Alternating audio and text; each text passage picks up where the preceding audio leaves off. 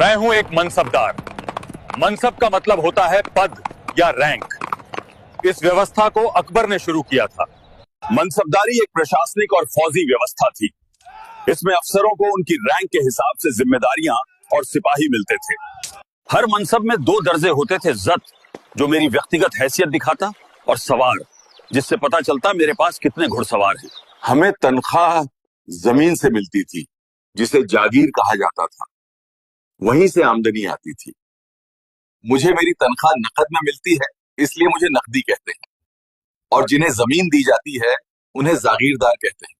जागीरदार जमीन का मालिक नहीं होता, उसे सिर्फ उस जमीन से लगान वसूलने का हक दिया जाता है। इसे ही जागीर कहते हैं। अकबर के बाद इस व्यवस्था में कई बदलाव आए। औरंगजेब के समय तक ये बोझिल और कमजोर हो गई थी। समय के साथ मनसबदारी भी इतिहास बन गई। मैं हूं एक मनसबदार। मनसब का मतलब होता है पद या रैंक। इस व्यवस्था को अकबर ने शुरू किया था। मनसबदारी एक प्रशासनिक और फौजी व्यवस्था थी। इसमें अफसरों को उनकी रैंक के हिसाब से जिम्मेदारियां और सिपाही मिलते थे। हर मनसब में दो दर्जे होते थे, जत जो मेरी व्यक्तिगत हैसियत दिखाता, और सवार जिससे पता चलता मेरे पास कितने घुड़सवार हैं। हमें तनख्वाह जमीन से मिलती थी, जिसे जागीर कहा जाता था। वहीं से आमदनी आती थी।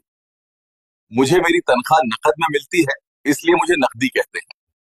और जिन्हें जमीन दी जाती है उन्हें जागीरदार कहते हैं। जागीरदार जमीन का मालिक नहीं होता, उसे सिर्फ उस जमीन से लगान वसूलने का हक दिया जाता है। इसे ही जागीर कहते हैं।